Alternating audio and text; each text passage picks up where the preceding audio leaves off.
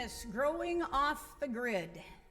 So that's what we're talking about today, and we kind of finish up our series of talking about, again, think about some of the other things we talked about. There's pain in the wilderness. There is, we need to be patient in the wilderness, right? All these other parts of it. Some of it is our attitude, isn't it? So already, Nancy, I'm off my thing. Sorry about that. But some of it is our attitude. I just now was thinking, we've got all these different people kind of helping back here. We've had different people. Okay, I'm going to go watch the kids real quick. I'll run the PowerPoint real quick while you do this. All these things happening back there. And then Megan just now, as she was walking out with all those, kind of squirmy, right, kids, said, "Isn't this great? Look at all these kids." Right? And off she went, So it is. It's just about and not always, but a lot of it is just about our attitude, right? And about pitching in. In fact, we're going to kind of end the sermon talking again about to our Back Bay people and how sometimes when you're in the wilderness, that's sometimes one of the best ways to get out of a rough patch is to just focus on other people and to help others. So again, I'm so glad that they're going to be sharing some today. So being in the wilderness, it can be a beautiful place, right? We were in Columbus yesterday, and Mark went to the big game last night, and it was a lot of fun, and we went to Shawnee State Park the day before, and then yesterday we went to High Bank, something like that. I think it's in Delaware. Anyway, beautiful state park, especially with all the leaves changing. It was just gorgeous. So it was so nice. We kind of found a spot where there wasn't a million people and just kind of walked, and it was really beautiful. So for many of us, if we want to truly experience God in a really deep and profound sense, many of us, I think, find that in nature. And again, different places maybe for you, it's sitting out on the dock at the lake, and there's just different places, but usually being out in the wilderness in that kind of respect is beautiful, isn't it? It's calming, and it gives us kind of a sense of peace very often.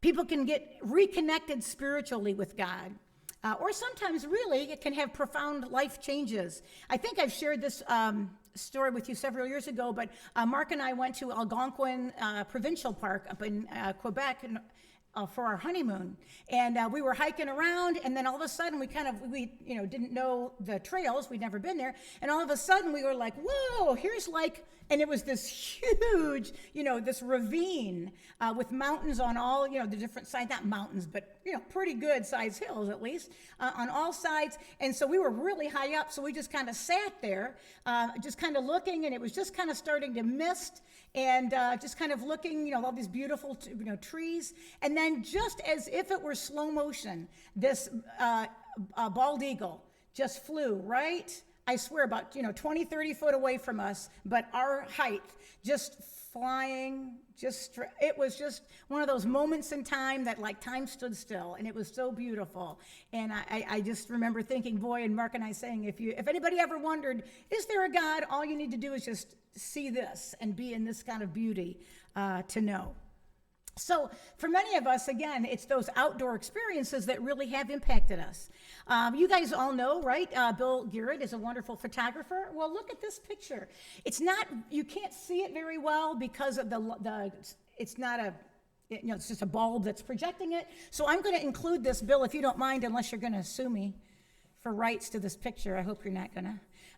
But I'll include this in the email. Those of you watching at home can see. In fact, turn around, everybody. Look at the monitor back there. You can really get an idea of what a beautiful picture that is. And you can wave it while you're there. Why don't you wave at people who are watching at home? So isn't that beautiful? So that's at Lake Russell. And Bill sent that to me last week with a nice little note about being in the wilderness, So it is. It's beautiful.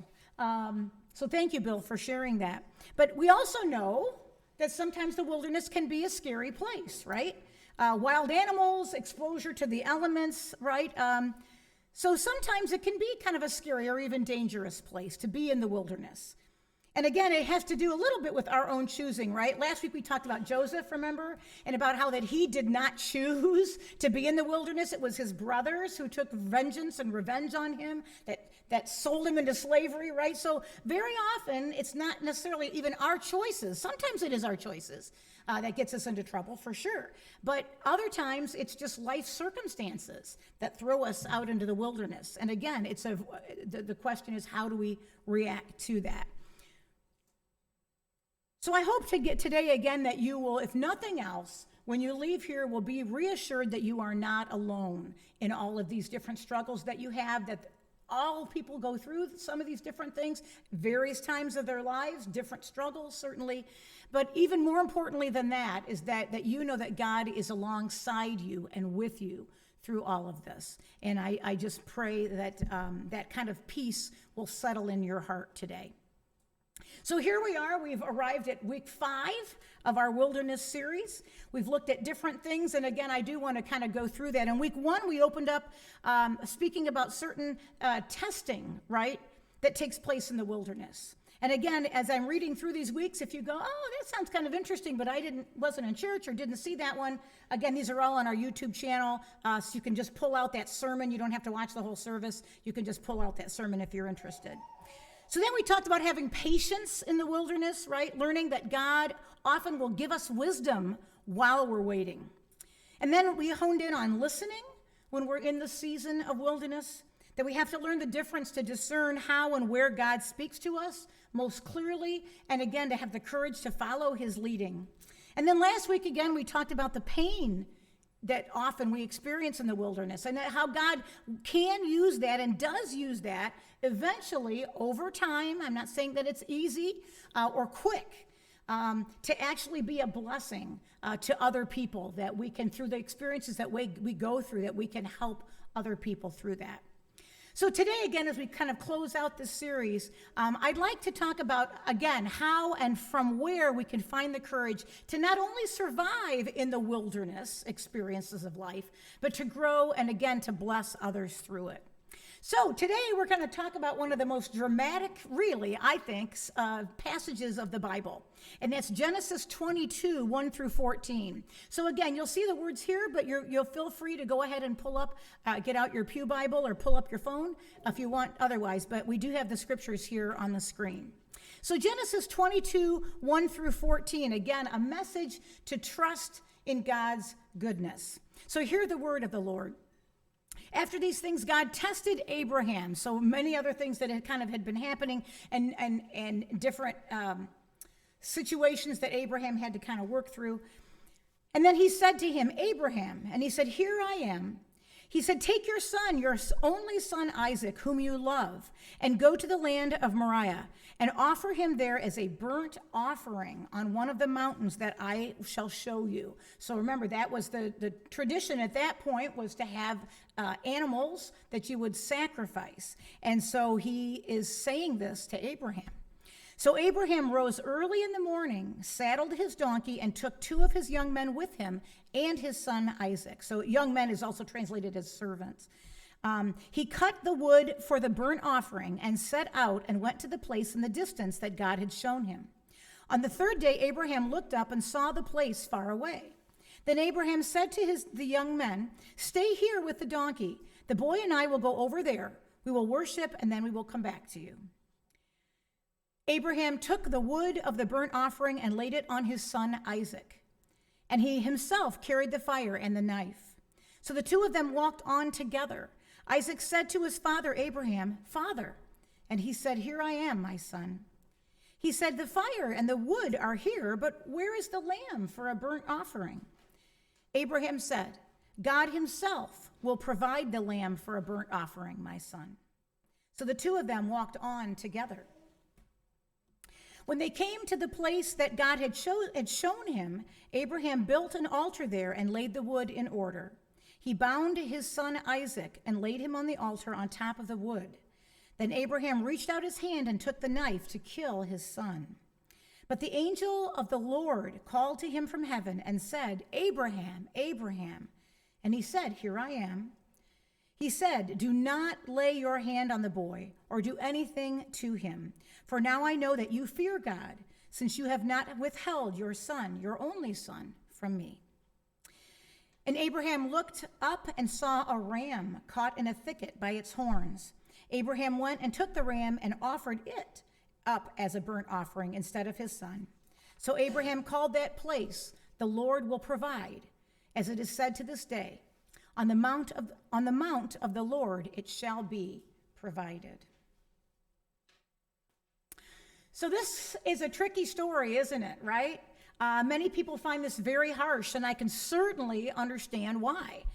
Abraham hears this command to sacrifice his own son, Isaac, and Abraham prepares to do so, as far as we can tell, with every intent. And he stopped short again at the last second. I mean, I was thinking about it as I was, kept reading it this week. This really would make a very good movie, wouldn't it? Right? TV movie. Because again, you would kind of figure, as just watching it in a secular world, oh, at the last minute, he'll get saved, right?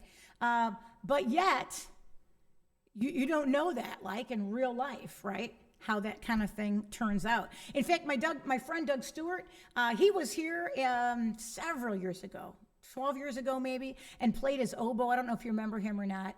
Played his oboe and flute. He's a wonderful musician and a composer, and he wrote musicals on several short Bible stories, and this was one of his very best that he wrote, was of this moment, this whole scene that we talked about, because the drama is right there, built in from the Bible. So some interpret this amazing story as an example of how Abraham blindly was obedient to God. And maybe that was your first thought as you were listening to things, even to the point of murder of his own beloved son. And then they point to how we should do the same. You might tell from the tone of my voice and what I'm saying is that I think there's a much deeper meaning. Maybe that is certainly part of the meaning. And again, that's for each of us within the Holy Spirit, right? To kind of convict us of that is the meaning. But I do want to offer a slightly different interpretation this morning, just for your consideration that I have been called to. And I would pray that maybe you would just kind of, ruminate a little bit on that. Perhaps this passage does not show an example of obedience, Abraham's blind obedience to God, asking a costly sacrifice from him and his family, but instead shows an example of Abraham's trust that God is not a God of harsh demands, but a God of goodness. So here's one clue that I kind of used for this. Genesis 22:5. Then Abraham said to his young men, "Stay here with the donkey. The boy and I will go over there," which is where the altar was going to be, right? "We will worship, and then we will come back to you." Did anybody catch that when I was reading it? Right? Now, I suppose you could really argue and say, well, he didn't want the servants to get all mad and uprise against him, so he said we. Abraham was pretty straightforward on all his dealings, right? I mean, at least from what we see in the Bible. So we will worship, and then we will come back. He gives no indication that he believes that his son will die. Instead, he trusts in God's deliverance. And sure enough, the command is reversed, and Abraham names the place of the scene, "The Lord will provide." Refusing to believe in his own fears of loss or in a God of vengeance or scarcity, Abraham keeps his belief and trusts his belief that God is a God of goodness and love and mercy. Theologian Dolores Williams says this of God: God provides a way out of no way. If you need that, this next slide, if you don't mind, take a picture of that slide. Or type it in, right? Because I can't tell you the number of times that I have been thinking, working with people, thinking about things in my own life, but also in other people, that I just will think of this quote that I had found: God provides a way out of no way. And again, I would imagine that how many of us have lived this out in our lives. Now, does that mean that every single thing that we want, we get? Of course not. Does it mean that our lives aren't filled with pain and terrible things that happen? Of course not. But at the same time, again, if we can use that long view of things, and sometimes it's so difficult, I totally understand. But if we look at some of the other things in our lives that we can see more immediate results, I hope that you've seen in your own life how God has provided a way when you thought there was no way. Psalm 13 takes us right to the heart of this fear that underlies all of our hesitancy to maintain faith in trying times. And the psalmist, again, often credited to David as writing this Psalm 13, cries out to God, whom he or the community of the time feels has completely abandoned him, kind of feeling like this gentleman there, just what do I do? Where do I go? And again, I don't care how old you are, we've all felt that way, right? Young people to the oldest person here, right, and beyond, we all have felt that way. Maybe are feeling that way this morning, maybe did yesterday, maybe will tomorrow. And again, that's a human emotion, right, that has been around since man, started, right? Man was here. And again, even as far as the time the Psalms were written, David talks about that. Here's what he says in Psalm 13. How long, O Lord, will you forget me forever? So right away, are you forgetting me, Lord? How long do I have to go through this? How long will you hide your face from me? How long must I bear pain in my soul and have sorrow in my heart all day long? How long shall my enemy be exalted over me? And again, my enemy, fill in the blank. Could be the evil one. It could be an addiction. It could be grief. It could be depression. You fill in the blank. How long shall my enemy this be exalted over me? Consider and answer me, O Lord my God. Give light to my eyes, or I will sleep the sleep of death. And my enemy will say, I have prevailed. My foes will rejoice because I am shaken. But I trusted in your steadfast love. My heart shall rejoice in your salvation. I will sing to the Lord because he has dealt bountifully with me. So we've all been there all these other times, right? How long, Lord, do I have to go through this? How long am I going to keep praying and you just are not answering me? Or at least you're not giving me the answer I want. But again, as long as we come back, no matter how much time it is, we come back to, but I trust you. I know you work for good. I know that you love me and you're going to deliver me. I sing to the Lord because he has dealt bountifully with me. And again, trying to remember then, again, those blessings that we do have.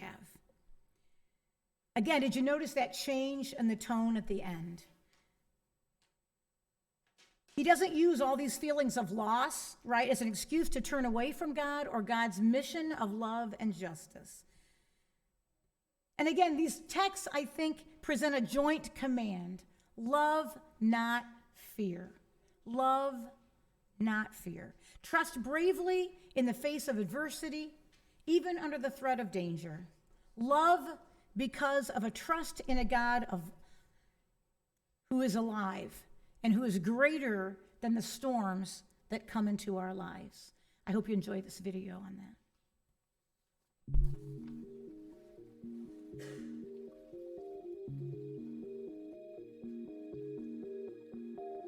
I know your story. I've read it cover to cover. And I know the storms that will come. The waves will swell and the sky will darken. Though you'll fight against the current, you'll be swept away. You'll feel helpless and abandoned, and you'll wonder where I am in the midst of it all. I know this isn't the way you thought our relationship would work, but my plans are not for my comfort or yours. My purposes are always and only an expression of love. The scars in my hands are proof that love will sometimes lead you directly into the storm. Though you can't understand my plans, you can trust in one thing, that I am entirely good. You can't even imagine how good I am, and my plan for you is no different. When you shout asking where I am, know that I am right behind you, with my arms wrapped tightly around you, whispering, I will never let go. For you are the pinnacle of my creation and the center of my affection. There will come a day when I will quiet every storm and wipe away every tear. In that day, there will be no more pain or death. But until that day comes, I will be your anchor in this storm.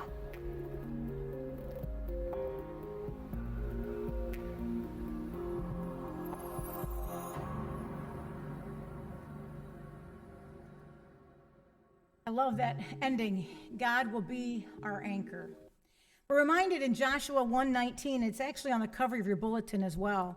Be strong and courageous. Do not be afraid. Do not be discouraged, for the Lord your God will be with you wherever you go. Again, that's one of those things you can print and put on your bathroom mirror, right? Or put somewhere that every day when you leave or when you are brushing your teeth, that you can be reminded of this. I don't know what kind of pain you've had recently or what type of wilderness that you're walked through or you're going through right now. I don't know what kind of wilderness experience yours has been, and I can't begin to know the challenges of adversity that you wake up to, some of you maybe every morning. But here's what I do know. God is working for good. Are you willing to view whatever wilderness that you're in or are experiencing through a lens of redemption and restoration? That's my challenge to you, is to view whatever wilderness that you're in through a lens of redemption and restoration. What is God trying to teach you in the middle of your suffering or your frustration or your uncertainty? And again, allow God to make the most of your time in the wilderness. I'm not saying that you're going to go, woohoo, I'm having a horrible time right now. I'm waiting for test results that who knows what. Of course not. But at the same time, you can step back and go, okay, this is happening. Let's see what I can learn from it. Let's see how I can, get closer to God through this. Let's see how I can help other people by experiencing what I'm experiencing. Allow God to make the most of your time in the wilderness. Live life as if you're not alone, because God is never stopped being faithful to you when life hits us. What is God trying to make out of your current season? Because whether you're on a mountaintop right now or a valley of some kind, or you feel like you're wandering around in the wilderness, I believe that God can use this season of your life to not only bless you and others, but to receive glory for himself. If you're willing, again, to just trust his plan, trust his provision. Every week, I've asked you if you would like to conclude the service or conclude my sermon time with a commitment, a prayer, if you will. So this is this week's prayer. God, help me to trust that even in the wilderness, you are working for good in my life. Help me to trust you now and always. So take a second, think about that.